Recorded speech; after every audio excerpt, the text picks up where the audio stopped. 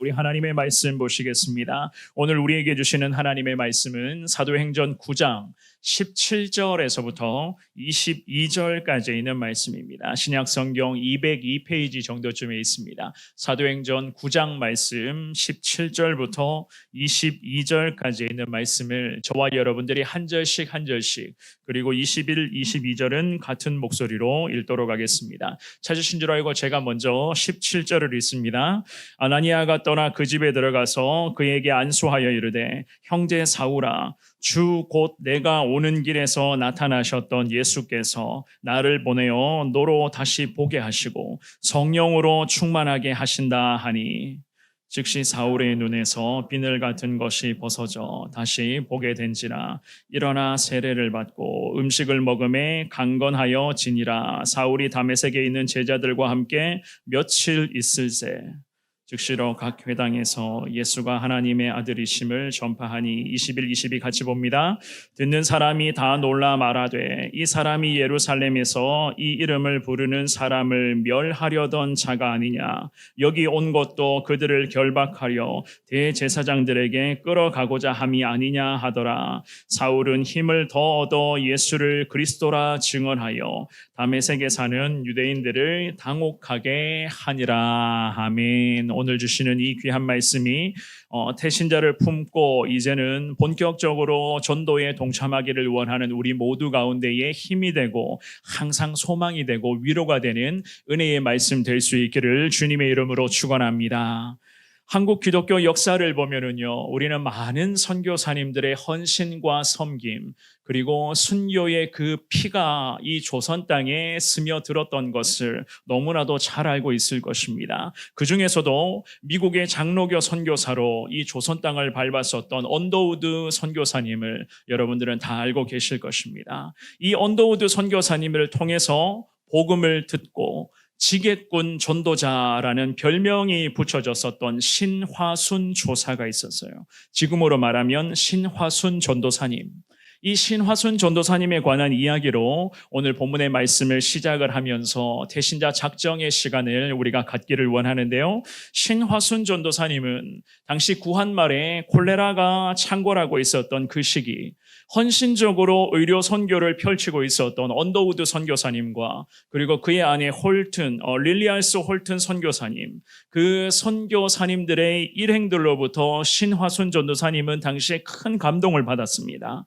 당시에 신화순 전도사님, 물론 그 복음을 처음 들었을 때는 전도사님이 아니었겠죠, 그죠? 그런데 그 신도사님은 선교 일행 주변을 계속 왔다 갔다 서성거리면서 먼 발치에서 들려오는 복음에 계속 주목을 하게 되었어요.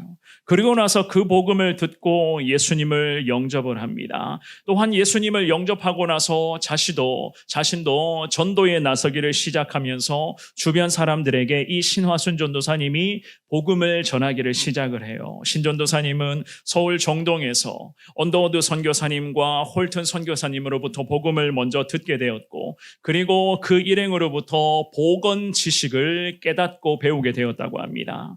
그래서 이 신전도사님은 서대문 연희동 고개를 넘어서 저 행주까지 이르러서 전염병, 콜레라가 창궐하고 있었던 그 행주리라는 곳에 가서 복음 전파와 전염병을 예방하는 데 큰 힘을 기울였던 그러한 전도사님이셨는데요. 당시에 행주리, 지금의 행주대교를 중심으로 하는 그 행주 나루터라는 곳은 교통의 요충지였다는 그러한 이야기가 있습니다. 육로가 활성화되지 못했기 때문에 사람들은 그 행주 나루터에서 수로를 이용해서 그 조선 땅을, 그 서울을 왔다 갔다 하기는 했었는데요. 이 신전사님이 그 행주리를 복음을 전하는 기지로 삼아 그 행주 나루터에 많은 사람들이 오고 가는 그 과정에서 예수님 복음을 전하며 그 콜레라 질병을 고쳐주는 데에 최선을 다하였습니다. 조선 사람을 너무 사랑했었던 그 언더우드 선교사님, 예수쟁이라는 별명을 가진 언더우드 선교사님을 통해서 신화순이라고 하는 한 영혼이 예수님을 만나 변화되기를 시작했고,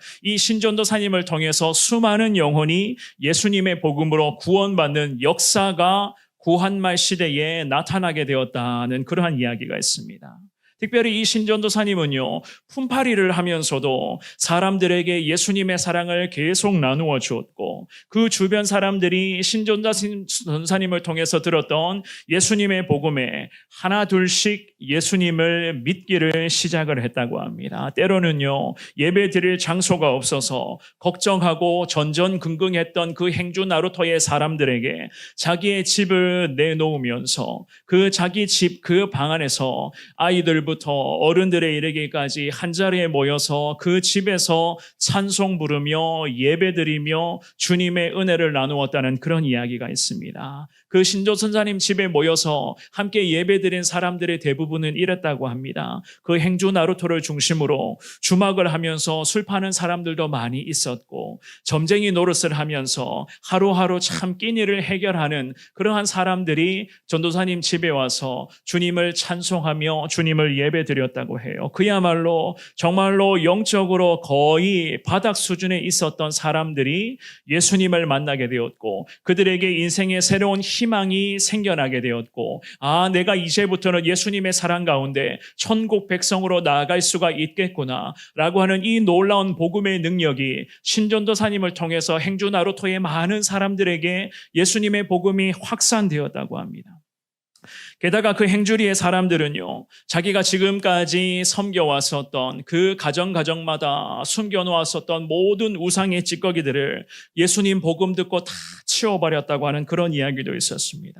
신전도사님을 통해서 어느 한 영혼이 예수 그리스도를 만나게 되고, 예수님을 만나자마자 그들의 삶에는 획기적인 변화가 일어나게 되었다. 마을이 살아나게 되고, 그 지역이 변화가 되고, 질병의 어둠이 떠나가게 되고, 영적인 그런 아픔들을 많은 겪고 있는 사람들이 예수님의 복음을 통해서 예수님 앞에 많은 사람들이 돌아오게 되었다는 그러한 구한말 시대의 선교의 역사 가운데 그러한 이야기가 있었습니다. 저도 이 말씀을 준비를 하면서 말씀 묵상의 시간을 가질 때에 사실 구한말 그 선교사님들의 자료들을 저는 일부러 말씀을 준비할 때 찾고는 합니다. 특별히 개인적으로는 그래요. 목회자가 때로는 영과 육이 지칠 때가 있고, 영적인 부분에서 때로는 정체성을 막 느끼게 되는 그러한 어려움의 시기도 있거든요. 그때마다 저는 개인적으로 구한말의 선교사님들의 그 놀라운 선교의 사역에 대한 이야기들을 찾아보며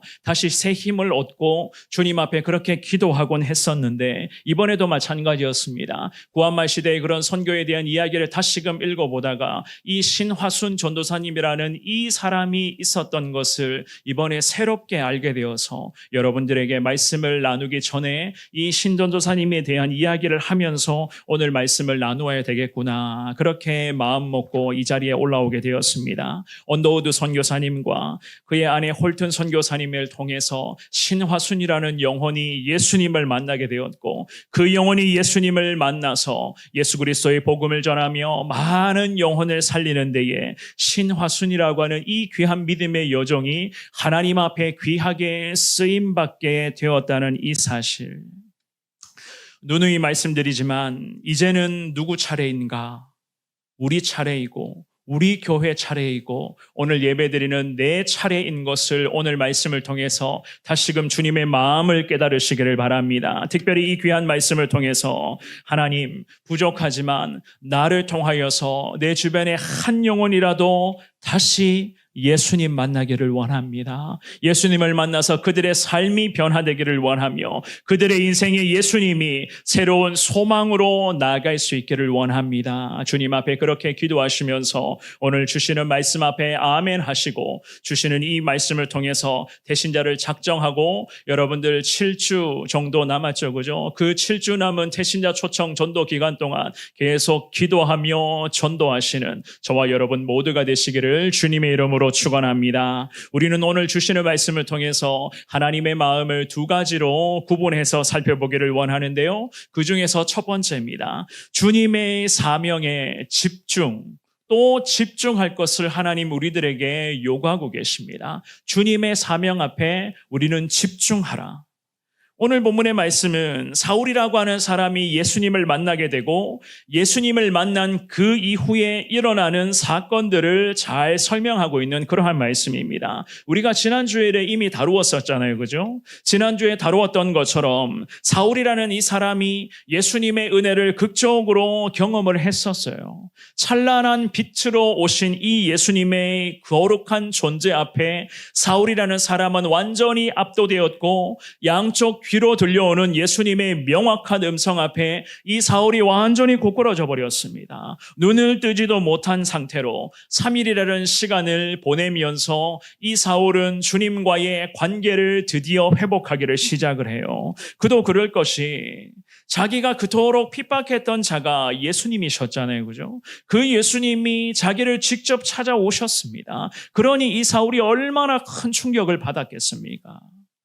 그 엄청난 충격이 가시지도 않았는데 오늘 이 본문 말씀을 잘 보시면은요, 아나니아라고 하는 하나님의 사람이 사울을 찾아오게 되는 것을 볼 수가 있습니다. 그것도 다메섹에 살고 있었던 아나니아라는 사람을 하나님이 사울을 위해서 예비하시고 이 사람에게 기가 막힌 타이밍에 사울을 붙여주셨던 것이었습니다. 사실 이 아나니아라고 하는 사람은요, 주님의 위대한 사명 앞에 갈등과 고민을 하게 되었습니다.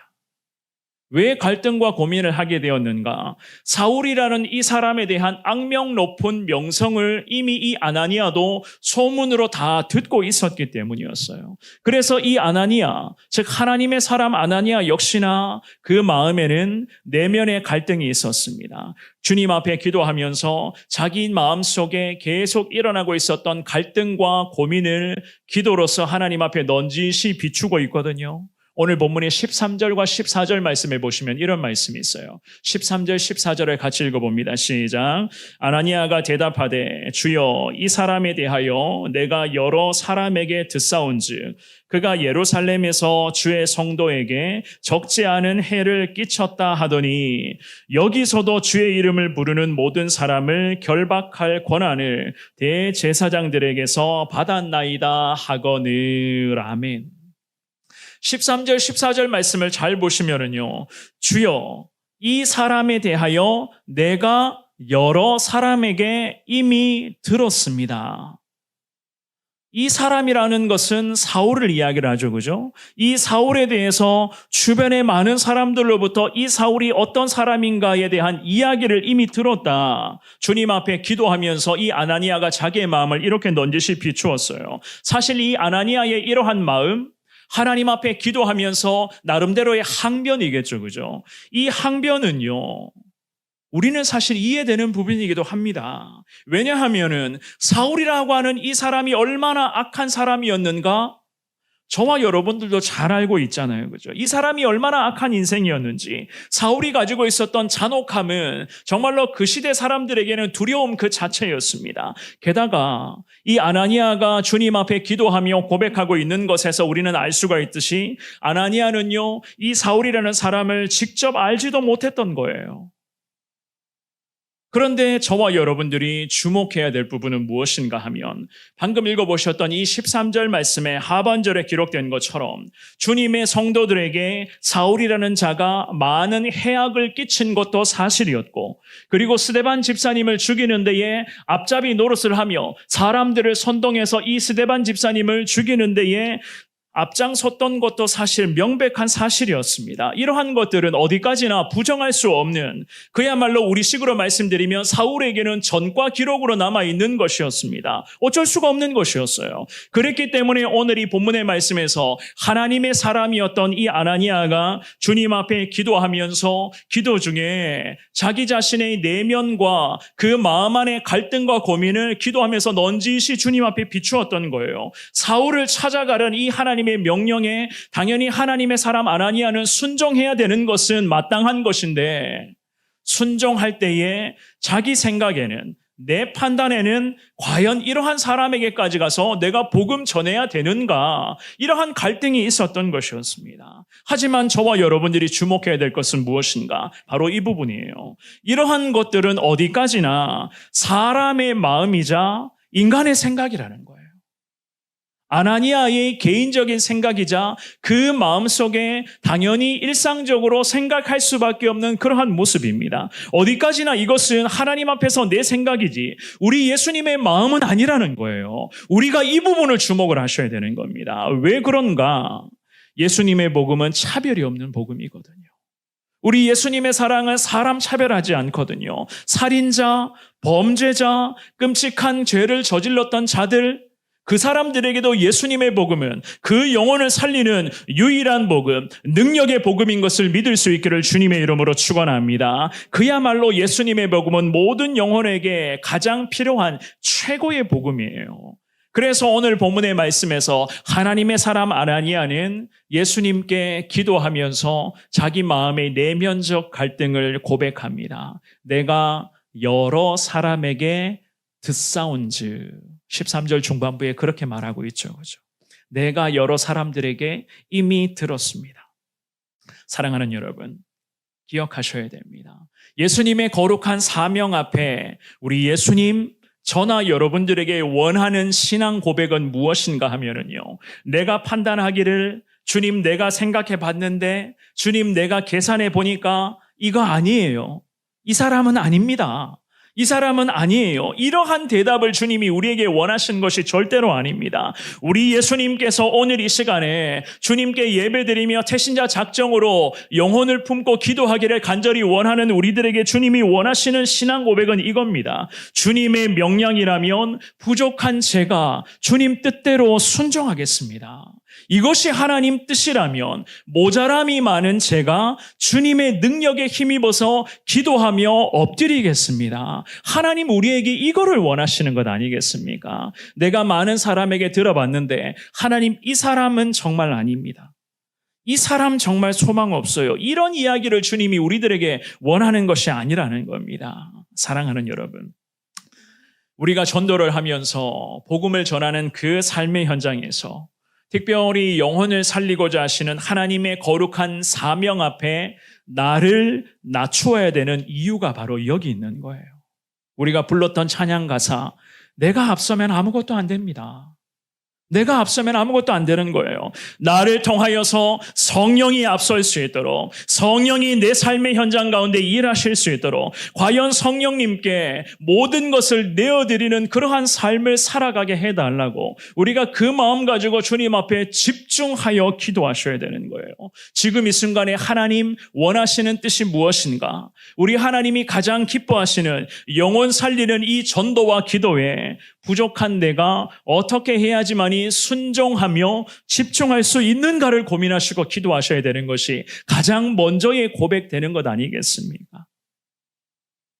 오늘 이 본문의 말씀에서 하나님의 사람이었던 아나니아는 주님과 동행하고 있었던 그야말로 그 시대에서는 탁월한 영성을 가진 그러한 하나님의 제자였습니다. 이 아나니아가 예수님을 따라 살아가기를 늘 노력하던 사람이었고 게다가 주님의 말씀이라면 말씀에 즉각 순종하는 삶을 살아가고자 항상 애쓰는 그러한 사람이었어요. 오늘 본문의 10절 말씀에 보면 이렇게 말하고 있거든요. 우리 10절의 말씀을 같은 목소리로 한번 읽어보겠습니다. 시작. 그때에 다메섹에 아나니아라 하는 제자가 있더니 주께서 환상 중에 불러 이르시되 아나니아야 하시거늘 대답하되 주여 내가 여기 있나이다 하니. 아멘. 이 말씀을 잘 보시면 다메섹에 아나니아라 하는 무엇이 있었다고요? 제자가 있었다. 이 아나니아는 다메섹에서 하나님의 제자로 불리는 그러한 사람이었어요. 제자라는 별명을 붙여진 그 사람, 이 사람이 얼마나 신실하게 하나님 말씀 순종하며 살았겠습니까? 그러니 성경에서는 이 아나니아를 향해서 다메섹에 있었던 하나님의 제자였다, 성경은 그렇게 말하거든요. 제가 이 말씀을 준비를 하면서 이 아나니아라는 이름의 뜻을 제가 알게 되었습니다. 이 이름의 뜻을 보니까요, 여호와는 은혜로우시다라는 그러한 뜻이었어요. 그 이름의 뜻에 걸맞게 이 아나니아는 당시 시대의 유대인들로부터 칭찬을 듣는 경건한 사람이었다고 성경은 그렇게까지 말씀을 합니다. 사도행전 22장 말씀도 우리 같은 목소리를 읽어봅니다. 22장의 12절 말씀 시작. 율법에 따라 경건한 사람으로 거기 사는 모든 유대인들에게 칭찬을 듣는 아나니아라 하는 이가. 아멘. 모든 유대인들에게, 그 콧대 높은 모든 유대인들에게 칭찬 듣는 사람이 바로 오늘 본문의 아나니아라는 사람이었어요. 이런 아나니아라는 사람에게도 사랑하는 여러분, 내면의 갈등과 고민이 있었습니다. 예수님 복음 전하면서 이러한 고민이 있었어요. 왜 사울이라는 저 살인자를 하나님이 살리라고 하시는가? 왜 사울이라고 하는 저 악한 사람을 하나님 구원하시려고 하시는가? 이것이 바로 아나니아 마음속의 갈등과 고민의 문제였습니다. 하나님의 마음을 이 아나니아라는 사람 역시나 선뜻 이해하지를 못했어요. 하지만 이 아나니아는 이내 자기 마음의 갈등과 고민을 주님 앞에 기도하면서 내려놓습니다. 그리고는 하나님의 인도하심에 즉각 순종하며 주님 사명 앞에 이 아나니아가 힘을 내기를 시작해요. 오늘 본문의 사도행전 9장 15절 말씀 같은 목소리를 읽어봅니다. 자, 시작. 주께서 이르시되 가라. 이 사람은 내 이름을 이방인과 임금들과 이스라엘 자손들에게 전하기 위하여 택한 나의 그릇이라. 아멘. 이 하나님의 말씀에 하나님의 제자 아나니아가 자기 자신의 내면의 갈등과 고민을 전부가 다 내려놓고 이 말씀 앞에 순종을 합니다. 주님 말씀을 통하여서 아나니아에게 사울이라는 이 사람을 살리라, 이 영혼을 살리라라는 이 하나님의 사명을 듣습니다. 이 하나님의 마음을 이 아나니아가 깨닫습니다. 복음 전하는 도구로 택하여 주신 하나님의 사명자인 것을 우리 하나님이 말씀으로 내면의 갈등과 고민 중에 있었던 아나니아에게 이 말씀으로 그의 마음을 완전히 정리시켜 주었어요. 그러면서 하나님의 말씀에 집중하며 온전한 순종을 해갑니다. 오늘 본문의 17절의 말씀을 한 번 더 읽어보시겠습니다. 17절의 말씀, 자 시작. 아나니아가 떠나 그 집에 들어가서 그에게 안수하여 이르되 형제 사울아, 주 곧 내가 오는 길에서 나타나셨던 예수께서 나를 보내어 너로 다시 보게 하시고 성령으로 충만하게 하신다 하니. 아멘. 사랑하는 여러분, 예수님의 복음을 전하는 이 삶의 현장에서 우리도 겪을 수밖에 없는 많은 갈등과 고민이 우리에게도 앞으로도 나타날 수도 있는 거예요. 오늘 이 본문의 말씀에서 아나니아와 사울과의 상황과는 물론 우리의 상황은 좀 다를 겁니다. 하지만 저와 여러분들이 겪게 되는 갈등과 고민 역시나 결국에는 이거거든요. 항상 내 기준에서부터 생각하는 갈등과 고민 아니겠습니까? 항상 내 마음에서부터 내 판단에 따라서 이러한 갈등과 고민이 내 가운데도 생겨날 수가 있다는 거예요. 이 하나님의 제자로 불린 아나니아가 잠깐 주님의 전도 사명 앞에 영혼을 살리고 기도하라는 이 사명 앞에 하나님의 제자 아나니아가 잠깐 흔들렸던 것처럼 우리도 전도의 행진을 펼쳐나가야 되는 우리도 사실 마찬가지입니다. 내 생각은 대부분 이렇게 생각이 되는 거예요. 저 사람에게 전도하라고? 내 주변에 사는 사람에게 전도하라고? 안 돼. 힘들어. 우리 남편에게 전도하라고? 우리 아내에게 전도하라고? 자녀들에게 예수님 복음 전해서 태신자 초청주일에 초청해보라고? 어림도 없어. 차라리 저 무당한테 가서 교회에 오라고 전도하는 게 더 낫지. 선교지에 가서 전도하는 게 더 쉽지. 우리 아들과 딸들에게, 우리 남편과 아내에게 전도하라고? 글렀어. 사랑하는 여러분, 절간에 가서 무당한테 복음 전해 보셨습니까? 무당들한테 전도해 보셨어요? 선교지에 가서 예수님 복음 전해 보셨습니까? 이번 웨일즈 선교 기간에 우리 선교팀원들이 전도해 봤습니다. 만만치 않아요. 결코 쉬운 일이 결코 아닙니다. 그런데 간혹 이렇게 말씀하시는 분들도 계십니다. 좀 죄송스러운 표현이긴 하든 글렀어. 저 사람은 글렀어. 저 사람은 안 돼. 저 사람은 힘들어. 저 사람만큼은 안 돼. 글렀어. 안 돼. 라고 하는 이 말은요, 살리는 말의 반대말이라고 생각하시면 되는 거예요. 이러한 생각은요, 사람 살리는 것이 아니라 그 영혼 죽이는 겁니다. 우리 하나님은 예수님을 통하여서 우리를 살려주셨잖아요. 예수님 십자가 복음을 통해서 오늘도 우리가 하나님을 예배하며 주님의 은혜 가운데 나아갈 수 있도록 하나님은 우리 모두를 주님이 살려주셨습니다. 그렇다면 저와 여러분들도 이 살리는 주님의 사명 앞에 온전한 순종으로 나아가야 되는 것 아니겠습니까? 오늘 본문의 말씀처럼 그 아나니아라고 하는 이 하나님의 제자 역시나 마음속에 갈등과 고민이 많았습니다. 그럼에도 그 갈등과 고민을 뛰어넘어 복음으로 사울이라는 이 한 영혼을 살리는 데에 또 순종하며 하나님의 마음에 집중하였습니다. 이것이 바로 주님의 마음을 헤아릴 줄 아는 우리 하나님 사람들의 삶의 모습이 되어야 되는 것 아니겠습니까? 주님의 이름으로 부탁의 말씀을 드립니다. 내가 하는 것 결코 아니에요. 누누이 말씀드립니다마는 내가 하는 것이 아니라 나를 통하여서 성령님이 하실 수 있도록 그 영혼을 살리는 이 모든 기도와 전도 앞에 여러분들 성령님이 모든 것 진두지휘하실 수 있도록 주님 앞에 내 모든 것을 내어드리시되 혹여라도 태신자 작정을 하고 이제는 오늘부터 노방 전도하면서 전도에 더 집중할 건데 여러분들의 마음에 안 돼, 힘들어, 글렀어 이러한 생각해 보신 분들이 있는지 모르겠습니다. 그 생각들 전부가 다 나의 연약함에서 나오는 생각인 것을 주님 앞에 고백하시고 하나님 나의 연약함을 내려놓습니다. 성령님 함께하여 주옵소서. 이 고백으로 주님의 귀한 사명에 집중하며 순종하시는 저와 여러분들 되시기를 주님 이름으로 축원합니다. 두 번째입니다. 살리기를 원하십니까? 그렇다면 철저히 순종할 수 있기를 주의 이름으로 축원합니다. 오늘 본문의 17절의 말씀을 한 번 더 읽어보겠습니다. 시작. 아나니아가 떠나 그 집에 들어가서 그에게 안수하여 이르되 형제 사울아 주 곧 내가 오는 길에서 나타나셨던 예수께서 나를 보내어 너로 다시 보게 하시고 성령으로 충만하게 하신다 하니 아멘.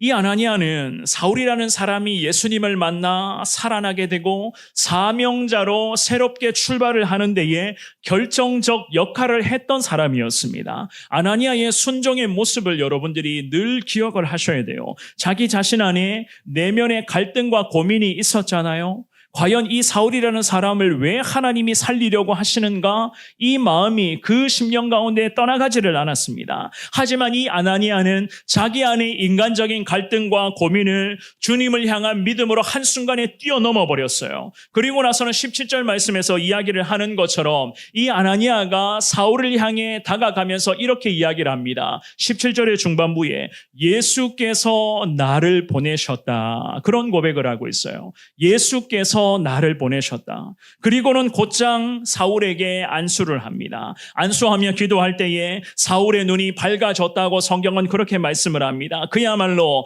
아나니아의 간절한 마음의 안수 기도로 이 사울이라는 이 사람에게 예수의 능력이 그때부터 임하기를 시작을 했었던 거예요.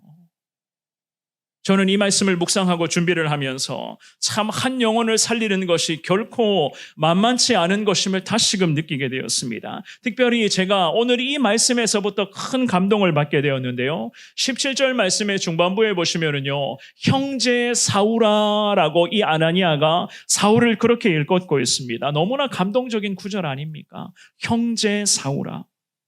좀 전까지만 해도 아나니아의 마음에는요, 내가 왜 그에게 복음을 전해야 되죠? 내가 왜 저 살인자에게 예수님의 사랑을 나누어 주어야 한단 말입니까? 이 갈등과 고민이 있었습니다.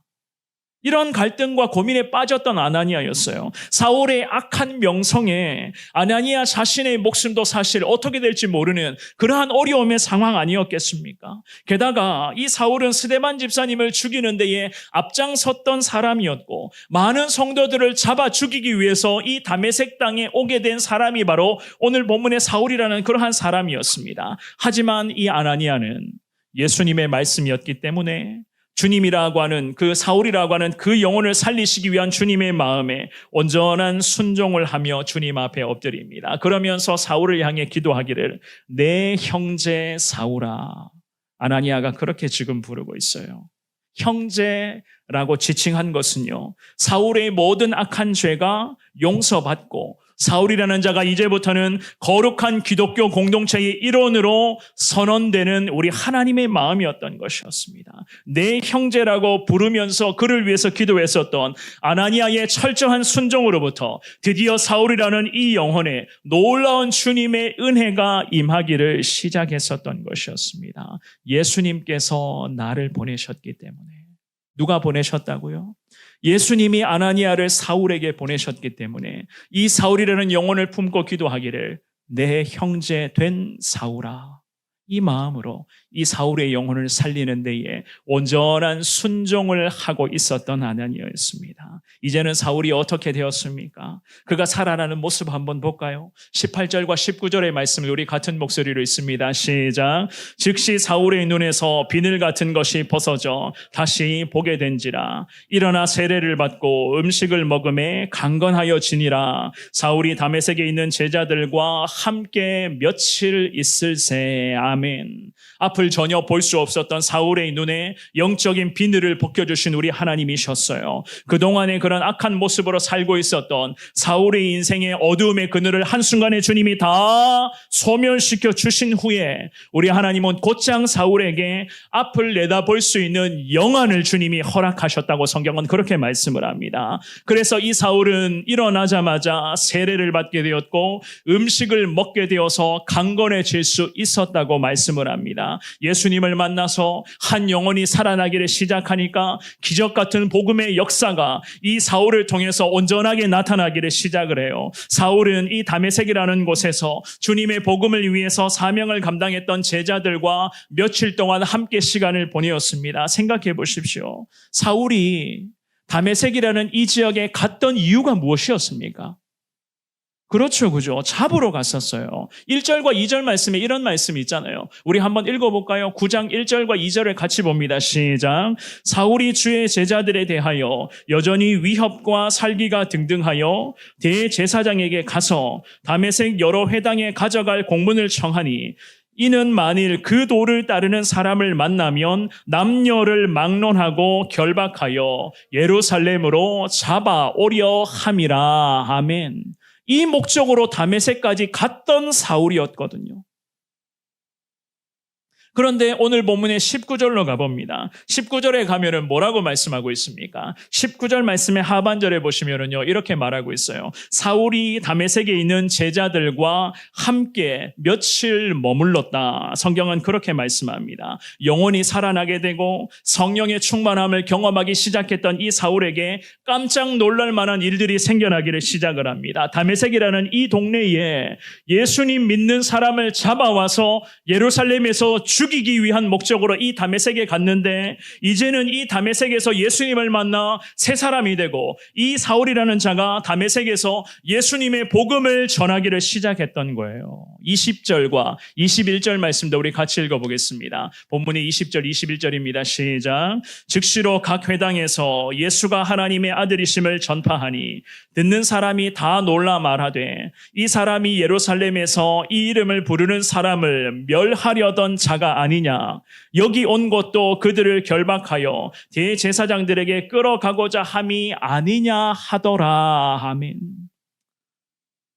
다메섹에 예수님 믿는 사람을 잡으러 왔는데 하나님의 사랑 아나니아를 통해서 안수기도를 받게 되고 우리 예수님의 은혜를 구체적으로 경험하여 눈을 뜨게 됩니다. 그리고 그 다메섹에 살았던 주님의 제자들과 며칠 동안 시간을 보내며 이제는 내가 예수님을 위해서 살아가야 되겠구나. 곧장 이 사울은 음식을 먹고 세례를 받으며 그리고 기력을 회복하여 그 지역의 많은 사람들에게 예수님의 복음을 전하기를 시작했다. 많은 사람들이 사울의 갑작스러운 변화에 깜짝 놀라게 되었다고 성경은 그렇게 말씀하고 있습니다. 사울의 첫 복음을 전하는 장소가 다메섹 지역의 회당이었죠.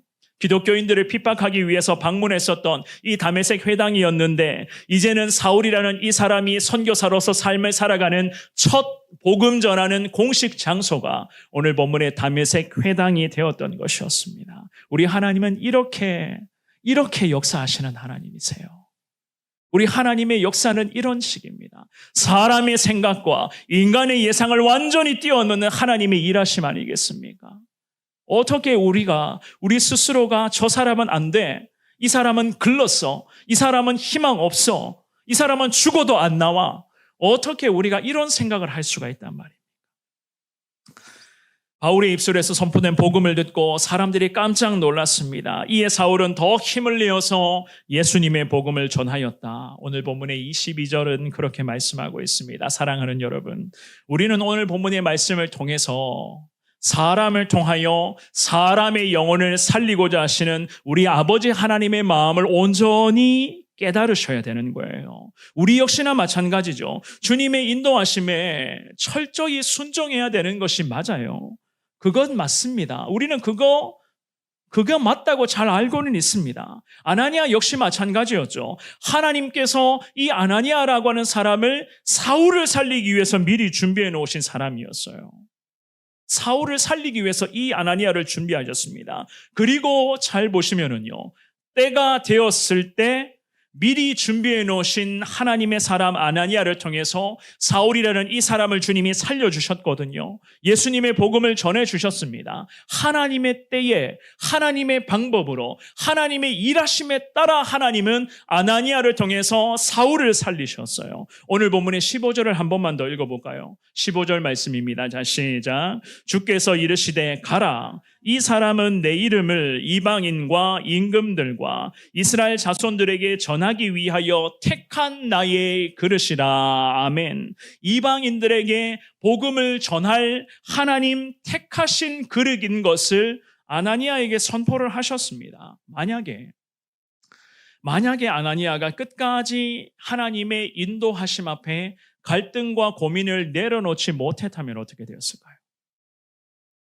끝까지 하나님의 인도하심에 이 아나니아가 고집부리고 버텼다면 과연 어떻게 되었겠습니까? 마지막 순간까지 온전한 순종을 행하지를 못했다면 과연 위대한 전도자여 선교사였던 이 바울이라는 사람이 나타날 수 있었겠습니까? 물론 하나님은 어떻게 해서든지 당신의 뜻하신 바를 이루어 가시는 하나님이십니다. 하지만 적어도 오늘 본문의 말씀에서는 아나니아의 온전한 순종이 있었기 때문에 그 내면의 갈등과 고민이 있었지만 하나님을 향한 믿음으로 갈등과 고민을 한순간에 뛰어넘어 주님 앞에 철저한 순종으로 나아갈 수가 있었기 때문에 사울이라고 하는 위대한 전도자여 선교사가 나타날 수 있었던 것 아니었겠습니까?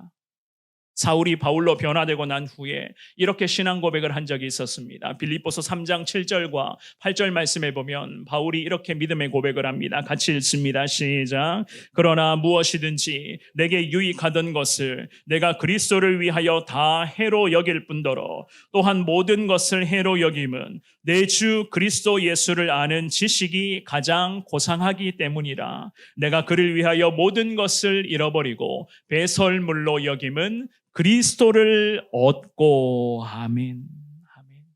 우리 예수님을 통하여 영원히 살아나게 되고 예수님이 안에 세상에 쓸데없는 모든 것들을 다 내려놓았다고 이제는 이 바울이 고백하기를 내가 예수님의 복음을 위해서 내가 그동안 갖고 있었던 내가 그동안 목매고 있었던 모든 쓸데없는 것들을 바울은요 배설물로 여기며 다 떠나보냈다고 그가의 신앙 고백에서 이 바울은 이렇게 주님 앞에 기도하고 있었습니다. 얼마나 귀한 고백입니까? 말씀을 정리하겠습니다. 사울이라는 사람을 바울로 그리고 이 바울을 기독교 교회 역사에서 최고의 지도자요, 전도자요, 선교사로 사용하신 우리 하나님은 오늘 이 시간 예배드리며 태신자 작정을 위해서 한 주간 기도했던 우리에게 하나님은요, 바울을 살리신 분은 곧 예수 그리스도, 바울을 사용하신 분은 곧 예수 그리스도인 것을 가르쳐 주시면서 이 바울이라는 사람이 전도자요 선교사로 된 결정적 역할을 했던 사람이 하나님의 사람 아나니아인 것을 하나님 우리들에게 가르쳐 주셨습니다. 아나니아의 온전한 순종이 없었다면 위대한 전도자 바울 기대할 수 없었을 것입니다. 저와 여러분들도 사람을 통해서 사람을 살리시는 하나님이신 것을 다시금 깨달으시면서 하나님의 마음에 특별히 전도와 선교와 예수님 복음 전하며 살아가는 이 귀한 주님의 뜻 앞에 더 집중하여 순종할 수 있기를 축원합니다. 절대로 내가 하려고 하면 안 되는 거예요. 내가 하려고 하면 항상 이 생각뿐입니다. 저 사람은 안 돼. 저 사람은 참 힘들게 보여. 저 사람 절대 교회 안 나올 것 같아. 내가 하려고 하면 항상 이 생각이 내 마음속에 떠나가지를 않을 겁니다. 하지만 나를 통하여서 성령이 하실 수 있도록 나부터 주님 앞에 내어드리시기를 바랍니다. 그래서 우리가 전도하면서 기도는 필수적이라고, 항상 기도하며 예수님 복음 전하라는 것이 바로 이런 부분이거든요. 나를 성령님께 맡기며 나를 통하여 성령이 일하시게 해달라고 주님 앞에 철저하게 순종할 수 있기를 바랍니다. 아마도 한 주간 내내 기도하시면서 여러 갈등과 고민을 해보셨을 것 같아요. 이 사람 전도하면 교회에 올 수 있을까? 저 사람 내가 예수님 복음 전하면 반응이 어떨까? 우리 남편 교회 가자고 하면 또 짜증내면 어떨까? 우리 아내 교회 가자고 하면 또 신경질 내면 어떡하지? 우리 자녀들 예수님 교회 가자라고 그렇게 이야기하면 들은 척도 안 할 건데 또 어떻게 해야 되는가? 여러 가지 많은 갈등과 고민 하셨을 겁니다. 그러면서 한 주간 내내 여러분들이 기도하시며 오늘 예배 드리러 이 자리에 오셨을 거예요. 주님 앞에 이 시간에 기도하시기를, 하나님 나의 연약함을 주님 앞에 다 내려놓겠다고, 모든 것 주님 앞에 맡기겠습니다. 하나님 앞에 이렇게 기도하고 주님 앞에 철저한 순종으로 나아갈 수 있기를 축원합니다. 하나님은 여러분 한 사람 한 사람을 통해서 가까이에는 가족을 살리실 것이고 자녀들과 손주를 살려주실 것이고 부모님을 회복시켜 주실 것이고, 또한 더 나아가서는 이 지역과 이 도시와 나라와 민족과 세계 열방을 품고 기도하며 예수님 복음 전하는 믿음의 성도여 거룩한 교회로 하나님은 우리를 귀하게 사용하여 주실 것입니다. 아니아가 이렇게 고백을 합니다. 예수님이 나를 사울 당신에게 보내셨습니다. 그러므로 기도할 때에 형제 사울아, 이렇게 주님 앞에 기도하며 예수님의 복음을 나누었습니다. 살리라고 하는 주님의 이 거룩한 명령 앞에 집중하여 순종하시되, 내가 하려고 하는 것이 아닌 나를 통해서 하나님이 하실 수 있도록 모든 것 주님 앞에 맡기시고 주님만을 바라보며 나아가시는 우리 성원교회 모든 성도님들 되시기를 주님의 이름으로 축원합니다. 우리 시간 주보에 삽입되어 있는 작정서를 여러분들 한번 꺼내보시기를 바랍니다. 오늘 다 작정서 다 받으셨죠? 그죠? 네, 저도 다 받았습니다. 자, 이 작정서에 저도 이렇게 이름을 적어 놓았는데 아직까지 3명의 이름을 온전히 다 기록은 못하고 있습니다. 사실. 네. 작정서 한번 꺼내보실까요? 그리고 나서 여러분들이 한 주간 내내 기도하셨을 거예요. 기도하시고 오늘 예배드리러 오셨습니다. 이 시간에 기도하는 마음 담아 부족하지만 하나님 최선을 다해 보겠습니다. 이 영혼을 품고 내가 이번 7주, 8주 전도 기간에 집중해서 이 영혼의 이름을 부르며 기도하며 예수님 복음 전하겠습니다. 이 마음 가지고 여러분들 이 시간에 작정서에 이름을 기록해 보시기를 바랍니다. 그리고 이름을 기록하셨다면요, 이 작정서가 절취하게 되어 있습니다.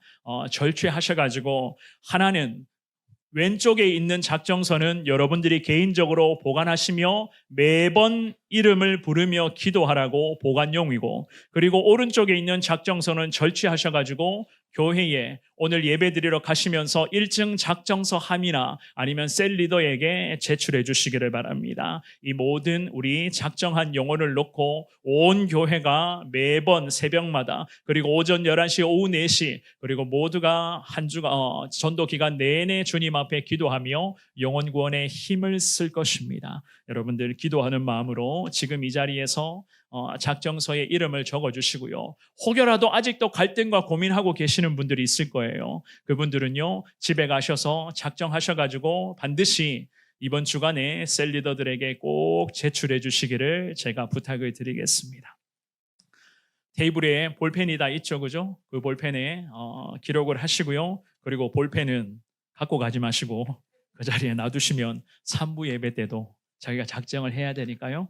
그렇게 하도록 하겠습니다. 우리 찬양팀원들 앞으로 나와주시고 함께 우리 시간 찬양하시고 작정하며 마무리 기도하고 오늘 예배는 여기서 마무리하도록 하겠습니다. 여러분들 작정하시고 주님 앞에 이 시간 기록을 하시는데 하나님과의 약속입니다. 하나님과의 약속이에요.